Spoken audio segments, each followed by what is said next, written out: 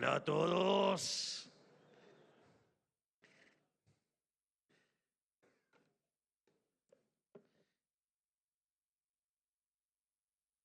Buenas tardes.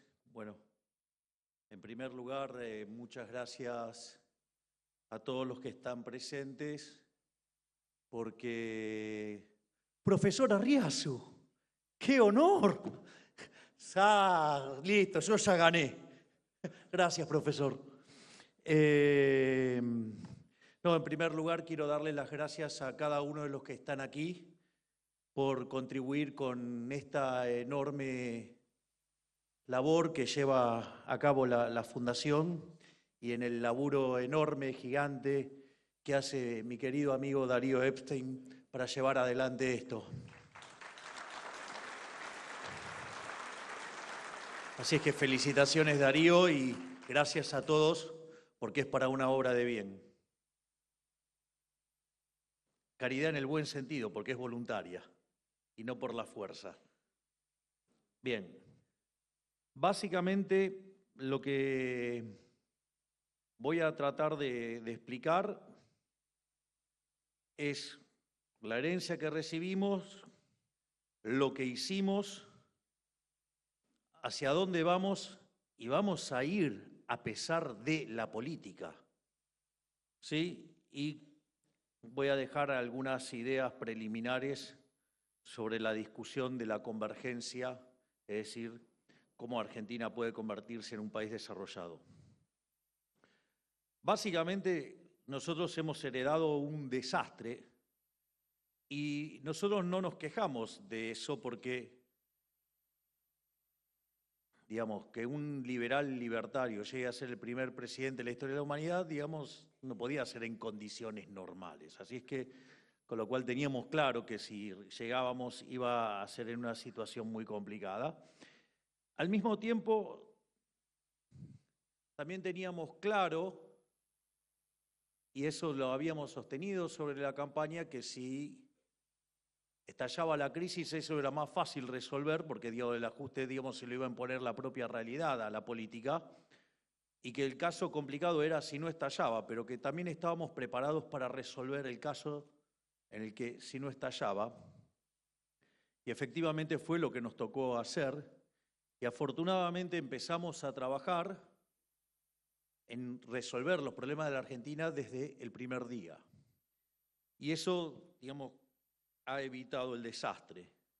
Concretamente, nosotros hemos recibido de herencia, digo, para ponerlo en fácil, 17 puntos de déficit gemelos en términos del PBI, más o menos para tener un orden de magnitudes. 4 es una luz amarilla, 8 es rojo camino a la piña, imagínense 17.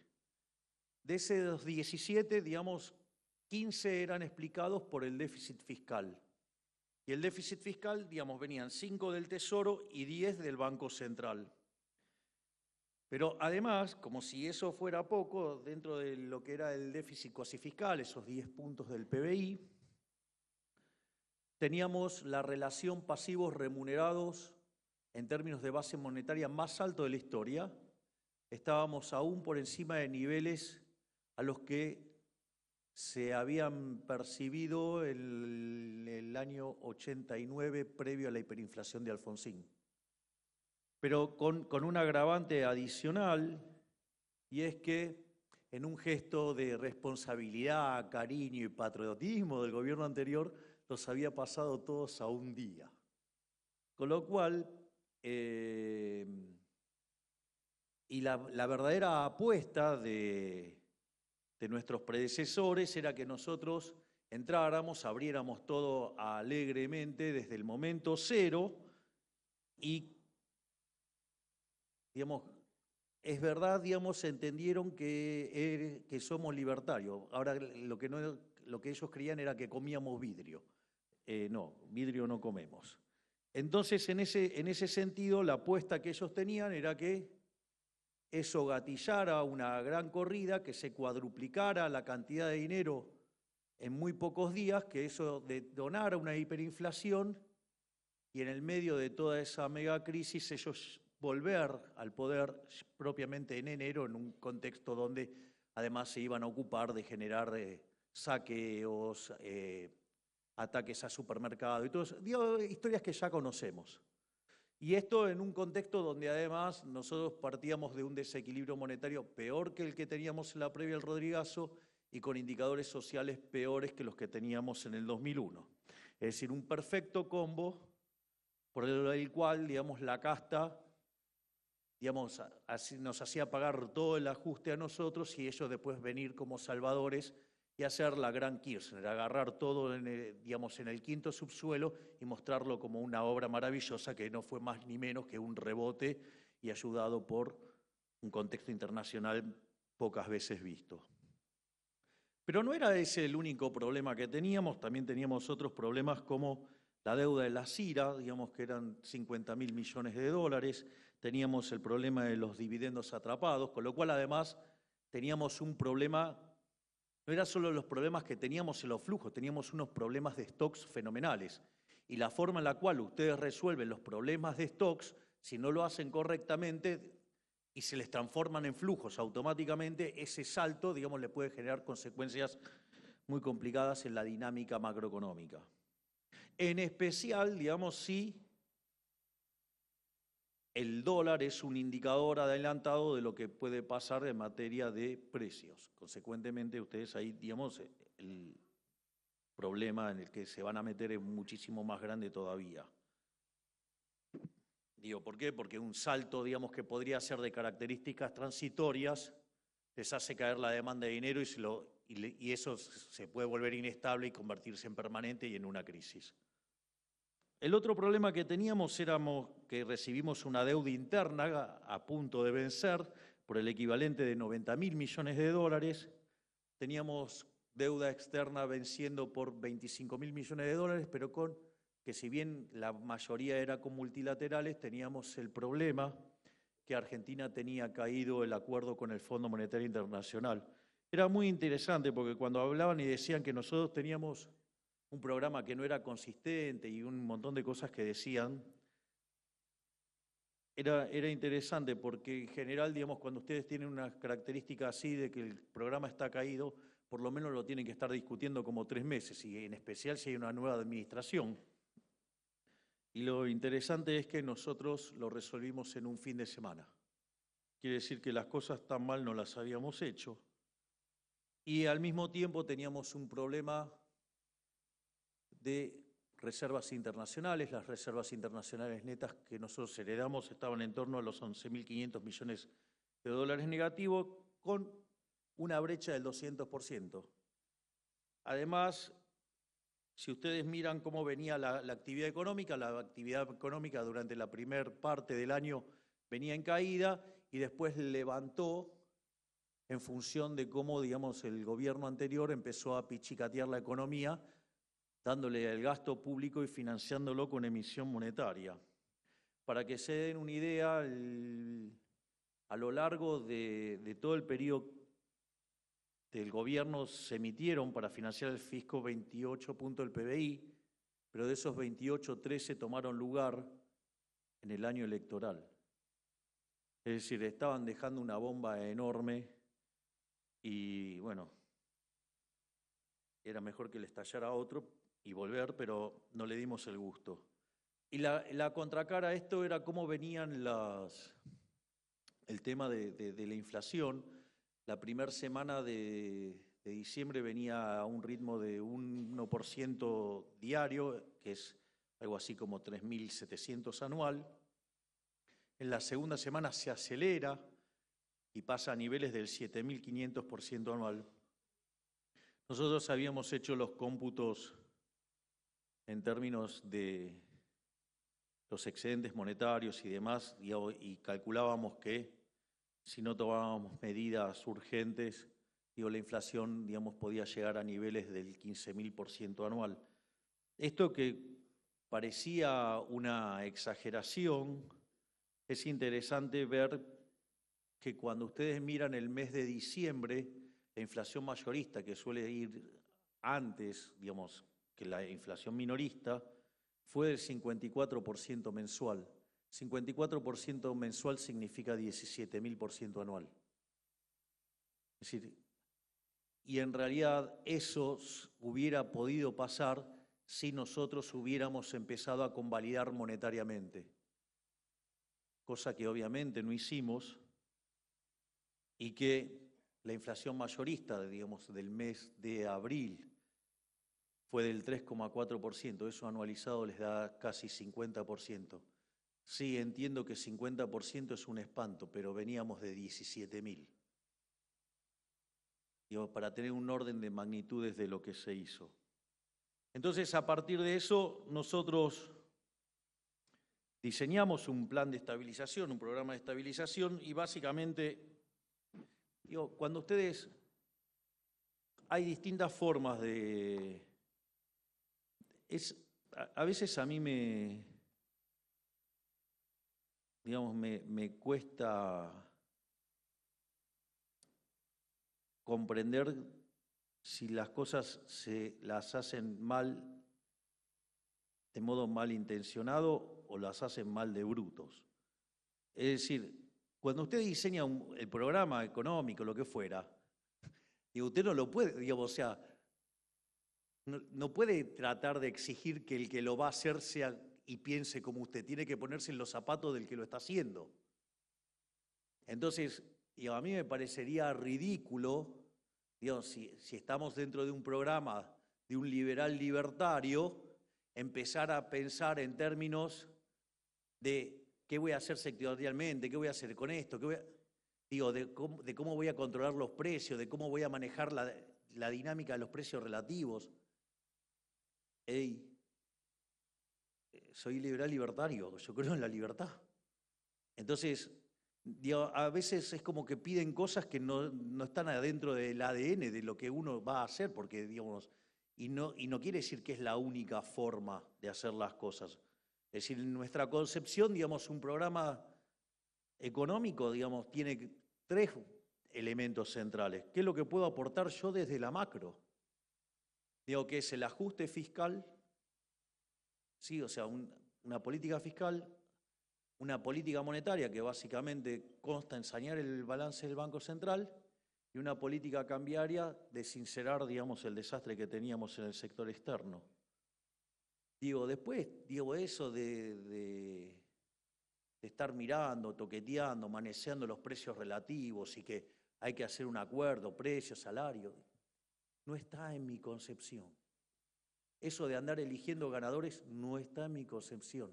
Y no se les ocurra pedírmelo porque no lo van a tener. Soy liberal libertario.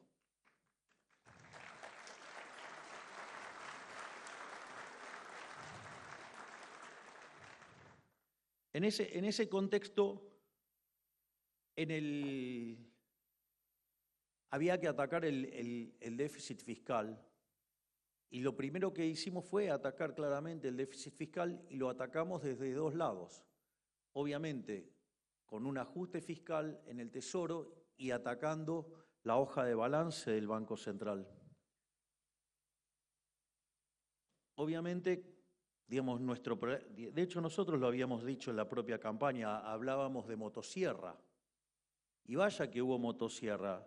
Ahora sucede que algunos que decían que no se podía ajustar más que un punto del PBI, entonces, claro, cuando arrancó la fase del ajuste y terminaron, digamos, siendo el equivalente a 7, entonces empezaron a cuestionar la calidad del ajuste. Primer punto, de 123 años tuvimos 113 déficits, o sea que tan fácil hacer el ajuste no era fácil. ¿Sí? Primer punto. Segundo punto, ¿han visto lo que son los degenerados fiscales en acción anoche? Así que miren, lo que es esta pelea. Pero a diferencia de otros que con ajustes de medio punto del PBI terminaron volando por los aires, nosotros hicimos el ajuste de 7 y estamos acá parados y vamos a seguir dando la pelea. Y cada vez que los degenerados fiscales...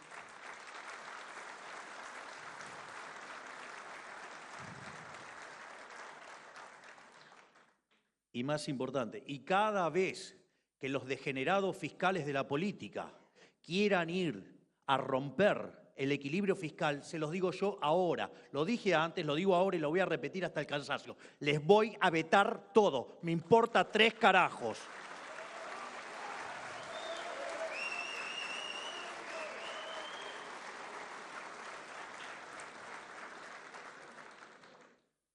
Entonces, cuando nosotros avanzábamos con este ajuste, los pifiadores seriales empezaban a cuestionar la calidad del ajuste y entonces decían, mucha licuadora y tijerita. Bueno, licuadora y tijerita. El 90% del ajuste es motosierra y solamente el 10% del ajuste, solo si se mira en el Tesoro, corresponde a la licuadora. Dentro de las cosas que hicimos, que también eran imposibles, hasta que las hicimos nosotros, era, una de las cosas que hicimos, dijimos, no sé si se acuerdan, es mi frase más conocida internacionalmente, me gustaría que se recuerden otra, pero se recuerda esta, que es una que dice afuera. Y hoy están haciendo campaña en todo el mundo con el afuera. Bueno, el afuera significó llevar la cantidad de ministerios a la mitad. Y eso se redujo toda la estructura del Estado a la mitad. Y eso no fue gratis, porque obviamente que echamos gente, digamos, en materia de contrato vamos a terminar echando 75.000 personas, ya llevamos 25.000. Digamos, entonces, no solo que se redujeron a la mitad la cantidad de ministerios, eliminamos las transferencias discrecionales a las provincias, eliminamos de cuajo la obra pública, digamos, eliminamos contratos. No solamente eso, sino que para darle, una de las cosas que nosotros sabíamos era que el programa iba a generar tensión social y que iba a generar, digamos, también una caída de la actividad. Cuando ustedes hacen un ajuste, el ajuste, digamos, lo que hace es aumentar el ahorro. Entonces, si ese aumento del ahorro no tiene contrapartida de la inversión, a ustedes les va a caer la actividad, del empleo, los salarios reales. Entonces, mientras que nosotros hacíamos el ajuste y que habíamos anunciado que iba a haber una contracción de actividad, y qué es lo que pasó durante el primer trimestre del año, ¿qué es lo que decidimos? Y decidimos hacer una fuerte política de contención social. Entonces, duplicamos la UH, duplicamos la tarjeta alimentar, aumentamos la asistencia escolar, multiplicamos casi por 5 veces la asistencia para los útiles de los chicos y además dimos financiamiento a la clase media que va a colegios privados. ¿Para qué? Para que los chicos no perdieran de ir al colegio, porque digamos a la situación grave que vive la familia, si encima pierden el colegio y los chicos tienen que empezar a cambiar de colegio y tienen que cambiar compañeritos y todo eso, eso genera un trauma muy grande, por lo cual también atacamos eso. Pero no solo hicimos eso, digamos, con lo cual, digamos, estamos viendo una enorme tarea, digo, que hizo la ministra Petovelo, digo, quien ha sido tan torpedeada en estos últimos días. Es decir, a ver, acabamos de hacer un tremendo ajuste y solamente tenemos reclamo del plano social a los gerentes de la pobreza. Es decir, nos hemos cansado de escuchar en conferencias que había que terminar con el curro de los intermediarios, que había que terminar con la corrupción en los programas sociales, que teníamos que salir del asistencialismo para que aquellos que tenían la desgracia de caer en esas situaciones desafortunadas pudieran salir adelante con dignidad. Lo estamos haciendo. Ahora, ¿qué creían? ¿Que era gratis? Es decir, obvio que todos los chorros que perdían los curros se iban a enojar. Obvio que es lo que están viendo. Y la están operando a ella y por ende al gobierno de todos lados. Miren la cosa maravillosa que hizo la ministra Petovelo junto a la ministra Bullrich, a quien agradezco que esté presente aquí.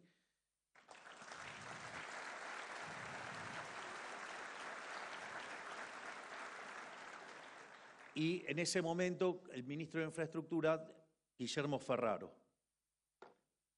Una de las cosas que descubre Petovelo y que se da cuenta es que si bien las personas que recibían los planes tienen tarjetas, entonces uno cree que el problema ahí se había terminado. Entonces, total, recibían tarjetas. Claro, pero tenían que ir y verificar que estaban trabajando. ¿Y eso quién les lo hacían? Los gerentes de la pobreza. Y ahí era donde pagaban el derecho de pernada. Es decir, ahí era donde perdían la mitad del plan. Y con eso, digamos, además, era con que lo que lo extorsionaban a la gente para que vayan a las marchas. Es decir, nosotros le poníamos plata para que la gente pudiera tener contención social, la agarraban los gerentes de la pobreza y esclavizaban a la gente y la usaban para marchar en contra de los que laburan. Digamos, dantesco. Entonces, ahí, en ese momento, ¿qué es lo que descubre la ministra Petovelo? Con lo cual, en ese momento la criticaron muchísimo. Dice, dado que nosotros sabíamos que el primer trimestre iba a ser muy duro, durante el primer trimestre nosotros lo que decimos es, tienen que dejar de dar la constancia de trabajo. Claro, ¿por qué eso es importante? Porque con la misma plata le llegaba a la gente el doble de dinero. ¿Y quiénes creen que perdían con eso? Los gerentes de la pobreza. El primero en quejarse, ¿quién fue? Beliboni. Entonces Beliboni lo primero que hizo fue organizar una marcha. Y en esa marcha, él decía que iban a ir 50.000, porque en realidad creía que iban a ir 100.000. Y ahí también tuvimos que superar una prueba enorme que era, digamos, que no nos ganaran la calle. Y, digamos, la ministra Bullrich preparó el protocolo de seguridad. Desde el Ministerio de Capital Humano era el que, digamos, corta, no cobra. Además, se dio un teléfono para que las personas no fueran extorsionadas, se puso una línea de denuncia. Llegó el jefe. Hola, jefe.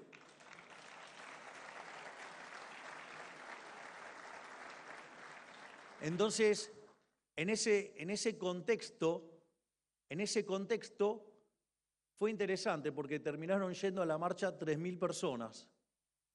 Explotó la línea de denuncias y hoy tenemos un montón de causas iniciadas contra estas personas que extorsionaban a los más vulnerables.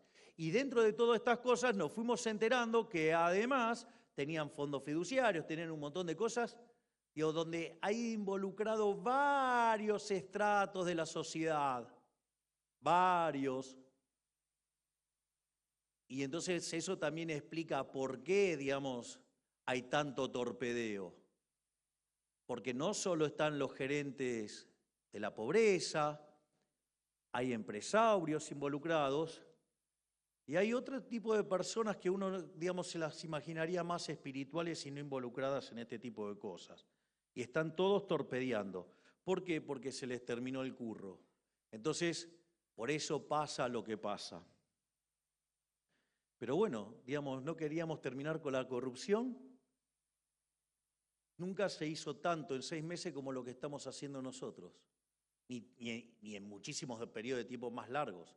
Es decir, con lo cual no solo estamos poniendo en orden la economía, no solo estamos poniendo en orden los temas de seguridad, sino que además también estamos terminando con la corrupción y por eso la política está que arde. Pero no quedó todo ahí, digamos, o sea, eso. Lo otro que tuvimos que hacer fue sanear el Banco Central.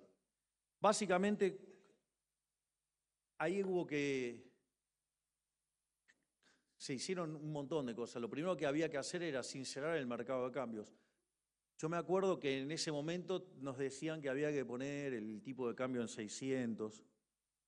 Digo, de vuelta, la opción liberar no estaba en los planes, porque digo, con los problemas de stocks que teníamos, digamos, era el camino a una hiper. Pero más allá de eso, entonces era, bueno, ¿cómo arreglamos esto? Entonces, digo, el consenso, digamos, de muchos economistas era, no, pónganlo en 600. Cuando nosotros estábamos mirando, es más, esta decisión la tomamos en el lugar donde estuve viviendo como 3 meses, en el Hotel Libertador con el equipo de Toto, y era,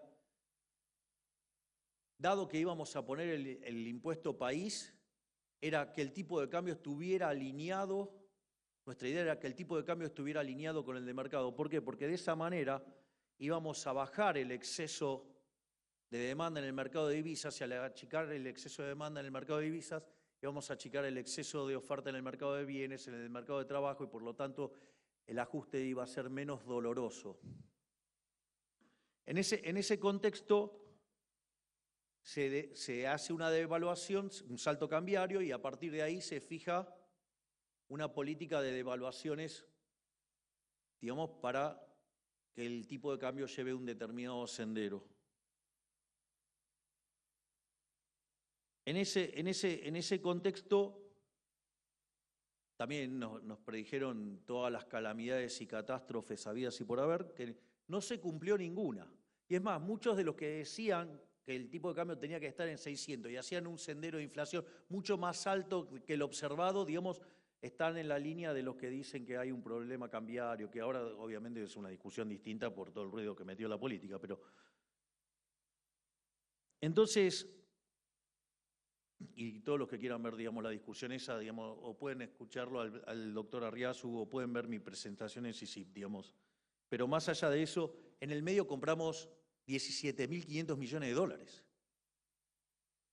Y seguimos comprando dólares todos los días. No solo eso, y ahora también empezamos un proceso de saneamiento del Banco Central. Nosotros heredamos un déficit cuasi fiscal de 10 puntos del PBI. Hoy ya representa 1 punto del PBI. Y eso se logró por dos cuestiones. Una es porque lo que se buscó arbitrar fue la tasa en dólares y no la tasa en pesos. Entonces, en ese contexto, habiendo hecho un salto devaluatorio, si nosotros le seguíamos la corriente a lo que decían muchos economistas, que había que poner la tasa de interés real positiva y ese argumento, hoy tendríamos un problema que tendríamos pasivos remunerados por 8 bases monetarias. Entonces estaríamos hablando del carry trade, de cuándo explota la hiper y todo ese tipo de cosas. Al poner la tasa de interés arbitrada con dólares, pero en términos de pesos reales negativa, eso lo que fue permitiendo fue ir licuando esa posición de los pasivos remunerados.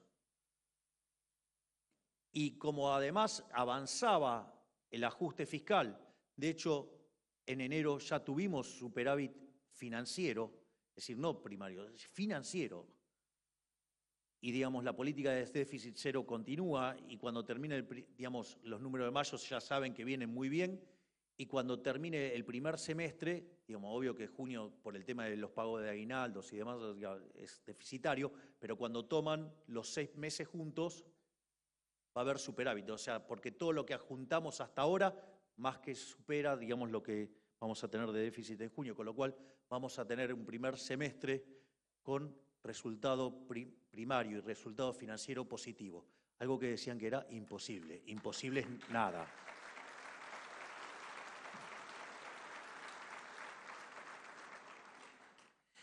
Y mientras que íbamos consolidando la posición fiscal, el secretario de Finanzas, digamos, Pablo Quirno, ¿qué es lo que fue haciendo? Fue armando una curva de pesos. Y mientras que construía la curva de pesos, empezó a quitar deuda que estaba, digamos, en el Banco Central y la empezó a pasar al Tesoro. Entonces, hoy, la relación pasivos remunerados sobre base monetaria es 1,2 veces. Digo, casi 1/3 del problema que heredamos.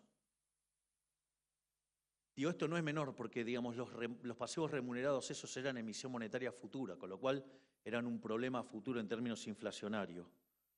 Y esto no es un punto menor, porque hoy tenemos una base monetaria de 15 billones, y entonces significa que nosotros tenemos pasivos remunerados por 18 billones. Y ahora les voy a dar otra excelente noticia.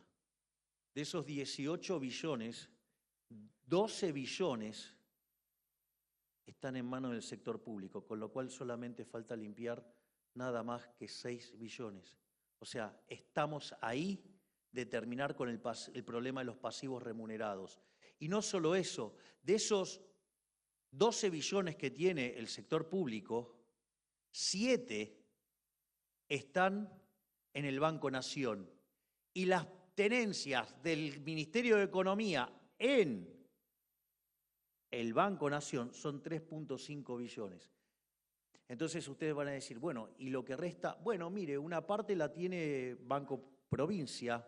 Es cierto, eso no está cercano a nuestro control. De hecho, está en manos de un enemigo político que además se encarga de llenar de pauta a medios para ensuciarnos y para tapar, digamos, las macanas que hace. Pero ¿qué es lo interesante? Como tiene tantos problemas fiscales, tiene al banco, digamos, totalmente saturado, con lo cual no tiene muchas posibilidades de hacer cosas porque necesita cumplir la posición de efectivo mínimo, con lo cual no puede hacer mucho. Por lo tanto, si ustedes se fijan, estamos terminando con el problema de los pasivos remunerados. No solo eso, sino que además, una vez que terminamos con esto, vamos a ir por el problema de los puts, lo cual lo tenemos encaminado, donde los puts es un mamarracho que hizo el gobierno anterior con el aval del Fondo Monetario Internacional para financiar el déficit de una manera encubierta y que no le violara las metas. Y los bancos, en lugar de financiarlos al Tesoro, prefirieron ponerlo adentro del Banco Central. Y estamos trabajando para resolver ese problema. Cuando resolvamos ese problema, chau cepo.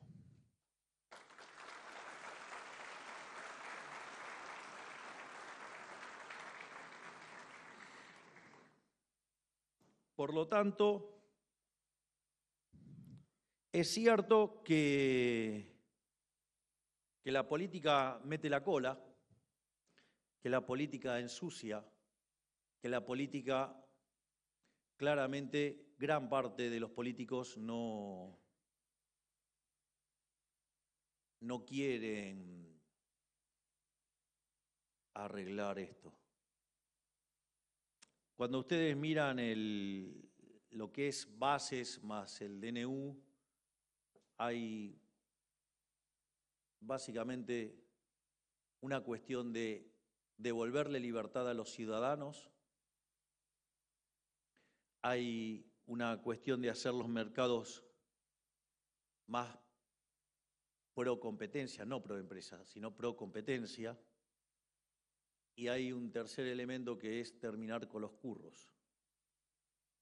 Bueno, yo creo que este tercer punto explica muy fuertemente esto. De hecho, dentro de las cosas y privilegios que queríamos terminar con la política, cosa que voy a avanzar igual, no me importa nada. Ayer, digamos, los degenerados fiscales, una de las cosas que hicieron, digamos, haciendo alarde de ser casta y que les gusta ser casta y que se creen más que el resto de la gente, mientras que para aprobar una ley que favorece a todos los argentinos, salvo a los chorros, la tienen ahí detenida y estacionada durante 6 meses, sí son muy rápidos para subirse los sueldos, subirse 80% el sueldo, digamos, bien a espalda de la gente, mientras que les cuento que en el Ejecutivo, digamos, los sueldos son los mismos de que cuando asumimos.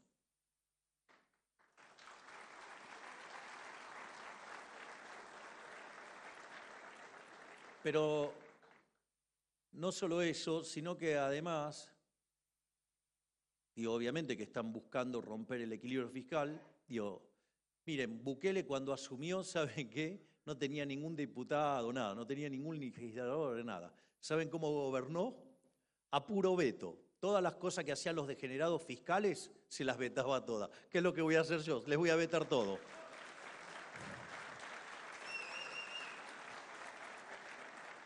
Pero entonces ayer un diputado se puso a defender las jubilaciones de privilegio.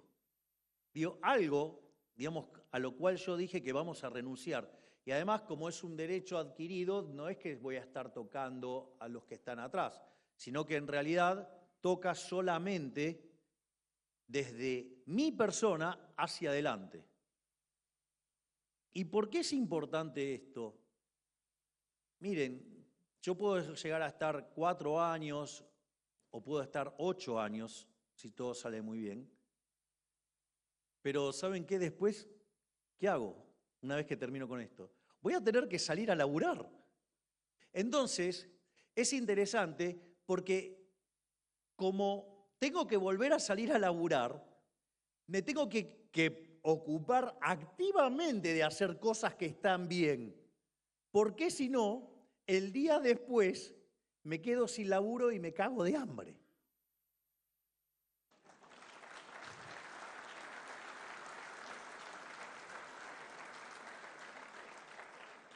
Porque imagínense, ¿qué conferencias voy a vender el día después si fue un desastre como presidente? Por lo tanto, eliminar la jubilación de privilegio es un incentivo muy importante para hacer las cosas bien. Entonces, no es un tema menor, pero claro, después de 100 años de decadencia, digo, se creen que hacer la cosa mal es normal y entonces no, que hagan cualquier cosa, total, tienen un seguro. ¿Qué seguro? Se le terminó el seguro a la casta. Digamos, si hacen mal, digamos, después de hacer las cosas desastrosamente mal, que se caguen de hambre por ser una mierda.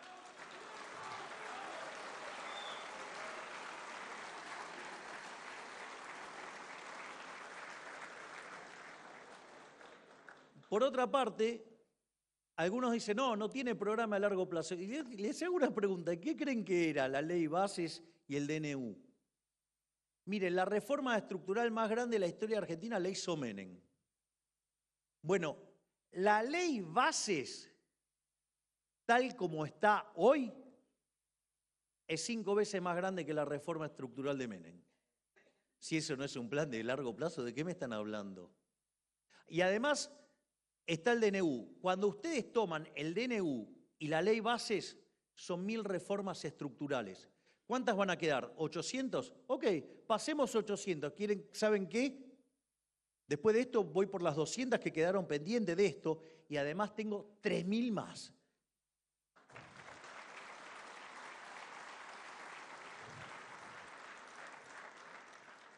¿Y por qué es esto? Miren, cuando ustedes miran los índices de libertad económica, aquellos países que son más libres crecen más que el doble de los reprimidos. El PBI per cápita es 12 veces más grande.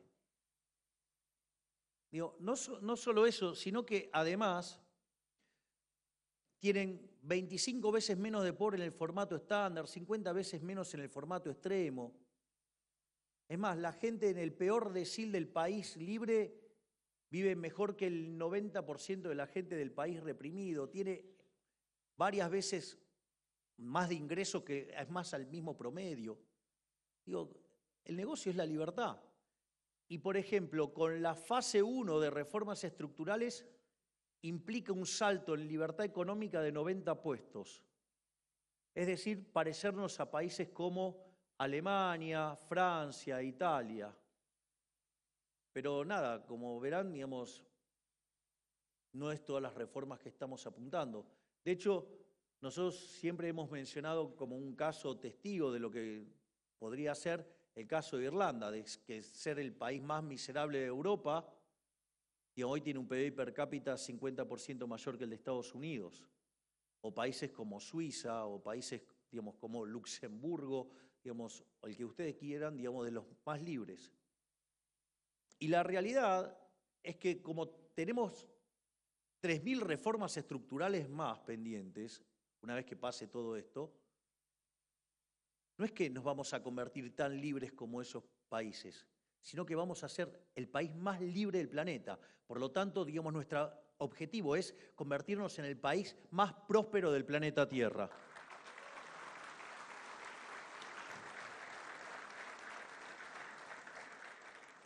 Pero parece que para la política argenta es un negocio fabricar pobres y ahora vimos que es lo que se dedican es a explotarlos y a hacer negocios. Hoy tenía una charla con un amigo mientras que desayunaba y el tema era la causalidad, ¿no? Es decir, mi hipótesis era que se genera la asistencia, digamos, por el motivo que fuera, porque abrazan ideas económicas equivocadas, y a partir de ahí toman una causa noble, que es dar esa asistencia, y después la convierten en un montón de kioscos. Entonces, claro, cuando ustedes empiezan a tocar los kioscos, a ustedes lo acusan de ser inhumanos, insensibles y todas esas cosas, cuando en realidad lo que está haciendo es terminar con los kioscos. Entonces uno tendría que preguntar si están a favor de que esos delincuentes roben, quitándole el pan de la boca a la gente. Pero, digamos, siempre mueven el arco y, digamos, y obviamente que la pauta juega un rol fundamental, la cual nosotros hemos cortado, porque, digamos, si hay verdaderamente libertad, ¿cómo te vas a estar financiando con una fuente compulsiva de ingresos? Es una contradicción en sus términos. Bueno, parece que, digamos, cuando miran libertad y todas esas cosas es siempre siempre que no les toque el bolsillo, digamos, también llamado el órgano más sensible del ser humano. Y la hipótesis de mi amigo era un poquito más cruenta, que era, en realidad vienen a hacer negocios e inventan todo este tipo de cosas para, digamos, hacer negocios. La verdad es que, digamos, la política está tan sucia que no sé, digamos, cuál de las hipótesis verdaderamente puede ser cierta, pero lo cierto es que está sucia y nosotros estamos barriendo con eso. Y quiero dejar una última reflexión, digamos, para por lo menos dejar buenas perspectivas de futuro, y es lo que tiene que ver con el crecimiento y la convergencia. Convergencia es el proceso bajo el cual un país que está en desarrollo se convierte en un país desarrollado. Claramente nosotros tendríamos que estar buscando la forma de hacer eso, es decir, cómo generar un proceso de crecimiento sostenido para alcanzar uno de estos países a los cuales admiramos. Y hay algunas cosas que a mí me parece que es importante tener en cuenta. Uno es cuando uno mira la evidencia empírica del crecimiento. Ustedes van a cualquier libro de crecimiento o a algún libro de macro avanzada, digamos, se van a encontrar con unos datos que son de Angus Maddison, que paz descanse, que va del año 0 al año 2000 de la era cristiana, y que se llama, mira el PBI per cápita, y se llama el palo de hockey. Cuando ustedes miran eso, básicamente lo que observan es que el PBI per cápita estuvo durante 1800 años prácticamente constante. En realidad solamente tuvo un salto del 40% en el siglo XVI, con lo cual si ustedes tomaran la tasa de crecimiento del PBI per cápita en ese proceso era del 0,02%. Es decir, se necesitaban aproximadamente 3.500 años para duplicar el PBI per cápita. Sin embargo, después de la revolución industrial, los 2 siglos siguientes fueron verdaderamente impresionantes y se generó, digamos, una situación donde por poco digamos, aproximadamente casi se multiplica por 10 el PBI per cápita, con una aceleración creciente, ¿no? O sea, donde en el siglo XIX la tasa de crecimiento del PBI per cápita fue 0,66, en la primera parte del siglo XX fue 1,2% y en la segunda parte fue 2,1%. Y es más, si ustedes corrigen por subestimación de cuentas nacionales, puede ser que haya sido todavía un punto más alto el crecimiento de la segunda mitad del siglo XX. Es decir, lo que se ve es una aceleración del crecimiento. Y si ustedes además contemplan la población, dada la población que había en torno al año 1800 y la que había a fines del siglo XX, digamos, para mantener el análisis de esa serie, más o menos la población se multiplicó por 8, o por 7 si ustedes quieren, no, por 8, pero... Entonces, cuando ustedes miran eso tiene una contracara en economía que se llama rendimientos crecientes. Y ahí hay todo un tema, porque los rendimientos crecientes, La contracara de eso es, si lo quieren técnicamente, se llaman no convexidades. Si lo quieren en un lenguaje más amigable, se llama estructuras concentradas. El caso más polar es el de los monopolios. Y esto no es un tema menor, porque según la teoría económica convencional, los monopolios son malos y hay que regularlos. Y eso, digamos, es bastante conflictivo porque ¿cómo puede ser que para la micro eso sea malo y en el medio la población extrema de 90%, de 95% de la población vivía menos con $1 diario y ese número, cuando en la serie que estamos mirando, había bajado a menos del 15%? Entonces, ¿cómo puede ser que algo que fue tan bueno para la humanidad, la microeconomía lo trata como algo malo? Bueno, eso tiene varios problemas. Digo, la microeconomía tiene problemas, no digamos la serie, digamos. Lo que pasa es que lo razonable es que si ustedes el modelo no mapea con la realidad, rompan el modelo y hagan otro. Los economistas, no sé, se nos metió algo raro en la cabeza, como no tengo olfato, no sé.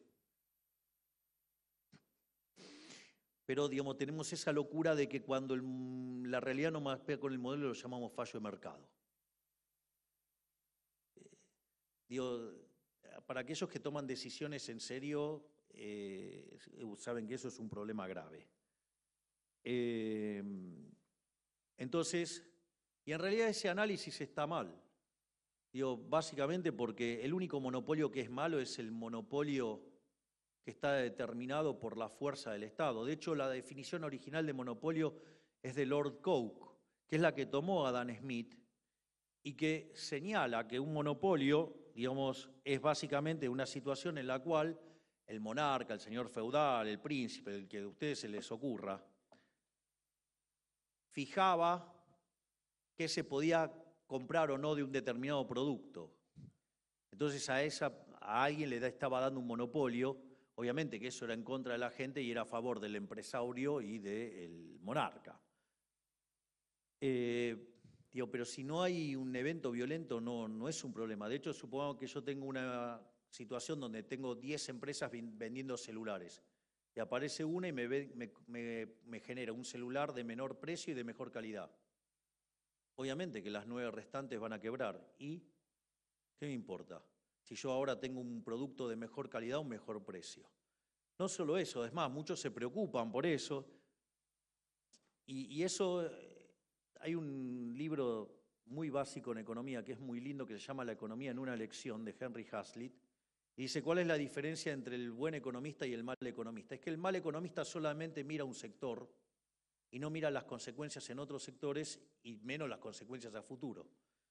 Es decir, que el buen economista no solo mira ese sector, sino que además mira los otros sectores y no solamente que contempla el presente, sino que contempla las implicancias al futuro. Es decir, es la diferencia entre hacer equilibrio parcial de un solo periodo, además, contra hacer equilibrio general intertemporal. Entonces, cuando ustedes empiezan a sacar esas telas de la araña que está en la cabeza de la gente, las cosas cambian sustancialmente. Por lo tanto, lo primero que hay que entender es que los monopolios no son malos. Es más, le diría que los monopolios pueden ser maravillosos si son como consecuencia de que quedó uno. Y si no les gusta que haya uno solo, no se enojen con el que está, enójense con los que no están, no con el que está. Digo, porque el que está arreglándole problemas a la gente, salvo que sea arreglado por el gobierno, que eso es otro problema. Pero el problema ahí no es el que haya un solo empresario, sino que el problema es que está el Estado. ¿Y eso por qué es importante? Porque la contracara de los rendimientos crecientes es lo que genera crecimiento económico. Y cuando los gobiernos se ponen a regular los monopolios, una de las cosas que hacen es matar la cuasirrenta. Cuando matan la cuasirrenta, matan el incentivo a la innovación. Y cuando matan el incentivo a la innovación, matan el crecimiento económico. Y la convergencia, que en la literatura del crecimiento es un problema de índole matemática, les diría, que tiene que ver con la forma de la función de producción. O sea, y no tiene más explicación que ese problema. O sea, digo, con lo cual no hay una explicación de por qué converge, no, digamos, o sea, usted tiene el modelo y entonces tiene que ver con las curvaturas de la curva y así es como va a pasar. Es decir, es todo pirotecnia matemática. Estoy siendo bastante elegante hoy. En otro momento diría otras cosas, pero voy a tratar de mantener las formas. No por la investidura, sino porque tengo un gigante acá, entonces voy a tratar de portarme mejor. Entonces, digo, pero eso es pirotecnia matemática. Es interesante, por ejemplo, más verlo como una cuestión como a la Hayek o combinada con Israel Kirchner, donde Hayek ve al mercado como un proceso de descubrimiento. Y eso, digamos, y Israel Kirchner mira al mercado como un proceso que mezcla el proceso de descubrimiento, pero con el principio de apropiación de Locke. Porque la verdad que si ustedes van a descubrir algo, pero no se lo pueden apropiar, ¿para qué lo quieren descubrir? Entonces, esa combinación hace que ese proceso de descubrimiento genere crecimiento económico. O sea, ¿por qué? Porque empiezan a resolver problemas. Es más, miren, hay una cosa cuando tuvimos la primera reunión con Elon Musk y que mi hermana se lo leyó enseguida. Elon Musk, ¿saben por qué es maravilloso y por qué le va bien y merece que le vaya bien? Me dijo, yo me levanto todos los días pensando en qué problema le puedo arreglar a la gente. Es una genialidad. Es una genialidad porque básicamente si le arregla problemas a la gente, digamos, o sea, va a conseguir que sus productos se vendan. Consecuentemente, si lo hace bien, se llena de guita. Bravo. Es decir, es un héroe, un benefactor social. Es decir, yo creo que, digamos, a la política va a haber que estar 50 años explicándole la cabeza de ese hombre. Y hoy estoy bullish, estoy optimista.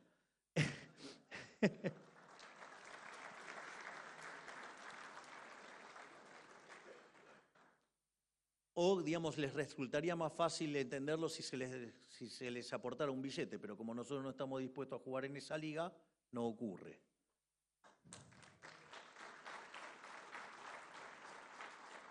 Pero al margen de eso, ¿qué es lo interesante de todo esto?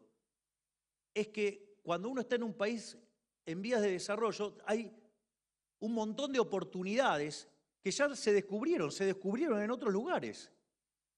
Por lo tanto, uno lo que tendría que hacer, ¿qué es? Copiarlo. Y si uno copia, Dios va a crecer muy fuerte. Entonces, y con el avance de la información, esa copia es más rápida. Entonces, por ejemplo, miren, el primer país en duplicar el PBI per cápita fue el Reino Unido, en un proceso que duró 58 años, arrancando en 1780. Y eso, digamos, implicó que crecía el PBI per cápita al 1,2%. El segundo en lograrlo, arrancando en 1839, que tardó 47 años, fue Estados Unidos. Eso implicó una tasa de crecimiento del 1,5% per cápita. El tercero en lograrlo fue Japón, en 34 años, arrancando en el año 1885, y eso implicó una tasa de crecimiento per cápita del 2,1%.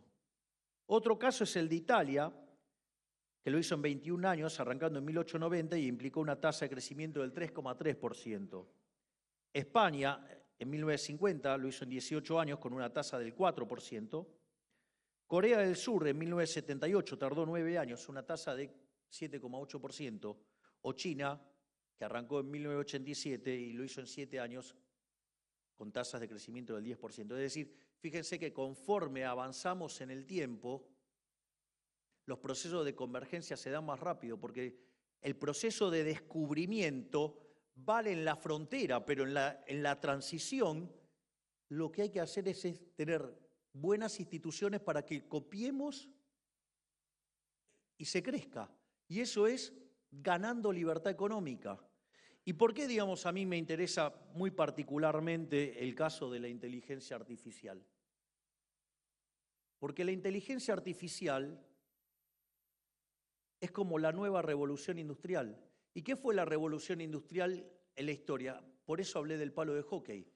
Implicó un aumento dramático en la tasa de crecimiento. Entonces, ¿qué es lo que genera la inteligencia artificial? Genera una exacerbación de los rendimientos crecientes. Esa exacerbación de los rendimientos crecientes implica aceleración en la tasa de crecimiento. Y la forma de lograr esa aceleración del crecimiento es no matándolo con regulación económica. ¿Cuál es la zona que menos crece del planeta a pesar de que tiene un polo de inteligencia artificial?